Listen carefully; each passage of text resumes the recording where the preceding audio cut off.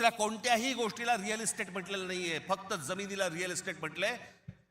कारण ती तुमची संपत्ती आहे. तुमच्या पायाखालची जमीन आणि तुमची भाषा ही मेली की तुमचं अस्तित्व संपलं, तुम्ही कोणी नाही आहात. जगात अनेक देश, अनेक लोक हे भाषा संपली, देश गेला, जमीन गेली म्हणून संपले. हाच डाव त्यांचा आहे. वेगवेगळ्या मार्गाने येत आहेत आणि वेगवेगळ्या मार्गाने तुमच्यावरती आक्रमण करतायत आणि तुम्हाला सांगतायत निघून जा इथनं. संयुक्त महाराष्ट्राच्या वेळेला देखील विरोध करणारे या मुंबईमधले अनेक धनिकच होते, गुजराती होते पण धनिक होते. आज पण तेच चालू. आणि आज हे संकट त्यावेळेला इतकं नव्हतं, पण आज खरं तर तुमच्या उंबरठ्यावरून वरती येऊन उभं आहे. कधी तुमच्या दरवाजावरती टकटक होईल तुम्हाला पण कळणार नाही. कधी तुम्हाला इथनं बाहेर काढतील तुम्हाला कळणार पण नाही. आज मुंबई, उद्या ठाणा, कल्याण डोंबिवली, सगळे सगळे भाग, उद्या पुणा, नाशिक, जे जे चांगलं आहे आज कोकणपट्टी अख्खी रिकामी करतायत. जमिनीच्या जमिनी विकत घेतल्या जात आहेत. मी त्यावेळेला त्या बुलेट ट्रेनला विरोध केला होता. आजही माझा विरोधच आहे. कुठे चालली आहे बुलेट ट्रेन? बुलेट ट्रेन फक्त बघा, ही बुलेट ट्रेनचं स्टेशन, शेवटचं स्टेशन गुजरातमध्ये चाललंय, जिकडे गिफ्ट सिटी उभी केली आहे. Gift city Ahmedabad bullet train station पासून 90 किलोमीटरवर डोलेरा नावाचं एक पूर्ण नवीन शहर बसवलं जातंय. डोलेरा नावाचं एक पूर्ण नवीन हे शहर 903 स्क्वेअर किलोमीटरचं आहे, म्हणजे मुंबईपेक्षा 1.5 मोठं. आणि तिथे वेदांत आणि फॉक्सकॉनची 1.5 लाख करोडची सेमी कंडक्टर प्रोजेक्ट्स येत आहेत. अहो आपल्याला समजत पण नाही हे काय चालू आहेत नक्की, ह्यांचे कुठून रूळ चालले आहेत आणि कुठून गाड्या चालल्या आहेत आणि कुठून यांचे मार्ग सुरू आहेत आणि काय घेऊन जायचंय ह्यांना आणि काय आणायचंय, इथे काय भरायचंय. एकदा जाऊन बघा हो, वसई विरार पासून सगळ्या गोष्टी बघा, कसे कसे भरत येत आहेत, कसे भरत येत आहेत. तुम्हाला घरं नाकारणार, ह्यांना सगळ्यांना घरं मिळणार. तिकडनं बाहेरच्या राज्यातनं गुजरातमध्ये येणार, ह्यांना घरं मिळणार, तुम्हाला नाकारणार. तुम्हीच नसाल, तुमचंच अस्तित्व नसेल, काय चाटायच्या आहे महानगरपालिका?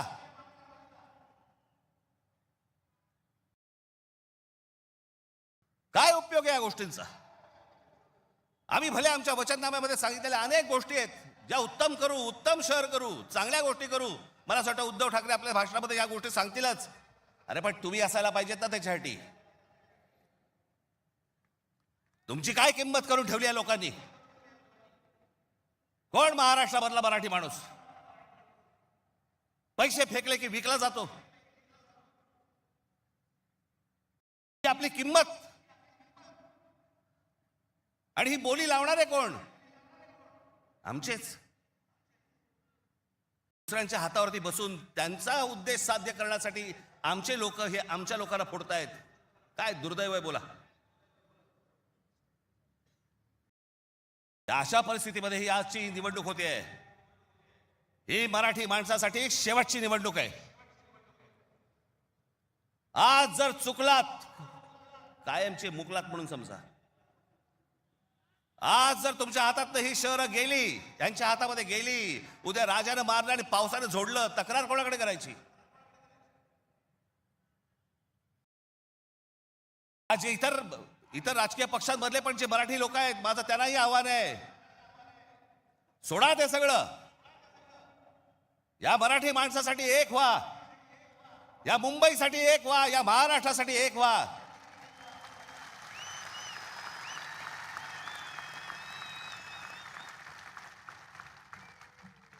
ज्या इतक्या वर्षांच्या परंपरेने, इतक्या लोकांच्या तपश्चर्याने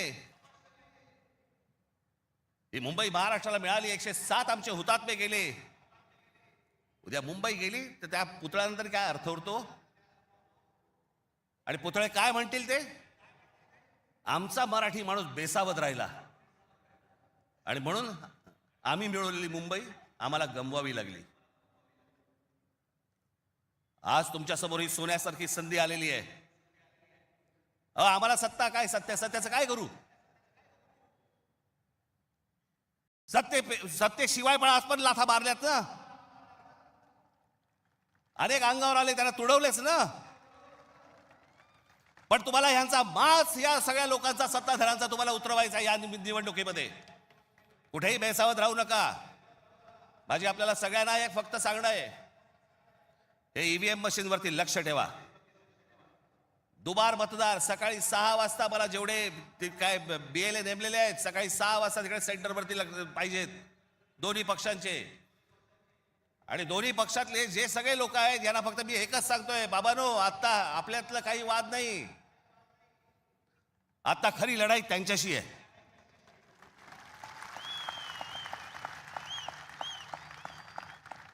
आपण भांडत राहावं हेच त्यांना पाहिजे. त्यांना जे हवं ते आपण नाही द्यायचंय, आपल्याला जे हवं तेच आपण केलं पाहिजे. आणि म्हणून तिकडे आपल्याला जातात एवढंच सांगेन की सतर्क राहा, बेसावध राहू नका. आणि जर दुबार मतदार जर तिकडे आला सकाळी 7 वाजता फोडून काढा.